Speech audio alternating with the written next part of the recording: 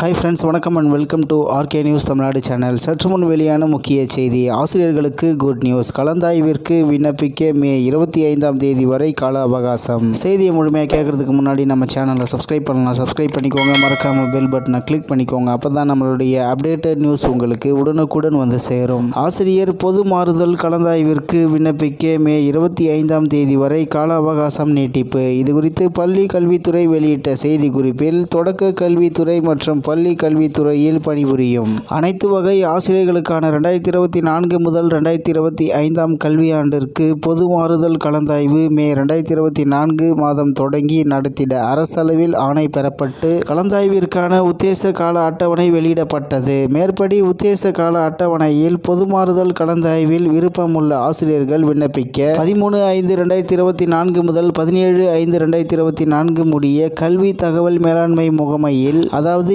EMIS வெப்சைட்டில் பதிவேற்றம் செய்ய அறிவுறுத்தப்பட்டிருந்தது. தற்போது 2024 முதல் 2025ஆம் கல்வியாண்டில் நடைபெற உள்ள பொது மாறுதல் கலந்தாய்விற்கு முன் எப்பொழுதும் இல்லாத அளவிற்கு ஆர்வத்துடன் ஆசிரியர்கள் விண்ணப்பித்து வருகின்றனர். அதேபோல் மாவட்டம் விட்டு மாவட்டம் செல்வதற்காக தொடக்கப்பள்ளி தலைமை ஆசிரியர்கள், நடுநிலைப்பள்ளி தலைமை ஆசிரியர்கள் மற்றும் இடைநிலை ஆசிரியர்கள் அதிக அளவில் விண்ணப்பித்துள்ளதை காண முடிகிறது. இடையில் ஆசிரியர்கள் விண்ணப்பிக்கும் போது கல்வி தகவல் மேலாண்மை முகமை இணையதளத்தில், அதாவது EMIS வெப்சைட் தொழில்நுட்ப கோளாறும் ஏற்பட்டிருந்தது. பல்வேறு ஆசிரியர்கள் சங்கங்கள் மற்றும் ஆசிரியர்களிடமிருந்து மாறுதலுக்கு விண்ணப்பிப்பதற்கான கால அவகாசத்தை நீட்டிக்குமாறு வரப்பெற்ற கோரிக்கையினை ஏற்று பொது மாறுதல் கலந்தாய்வுக்கு விண்ணப்பிக்கும் கால அளவை கூடுதலாக 7 நாட்களுக்கு நீட்டித்து 25/5/2024 வரை விண்ணப்பிக்கலாம். மேலும் கலந்தாய்வு நடைபெறும் நாள் பின்னர் அறிவிக்கப்படும். பொது மாறுதல் கலந்தாய்வில் கலந்து கொள்ள தற்போது பணிபுரிந்து வரும் பள்ளியில் ஓராண்டு பணி முடித்திருக்க வேண்டும்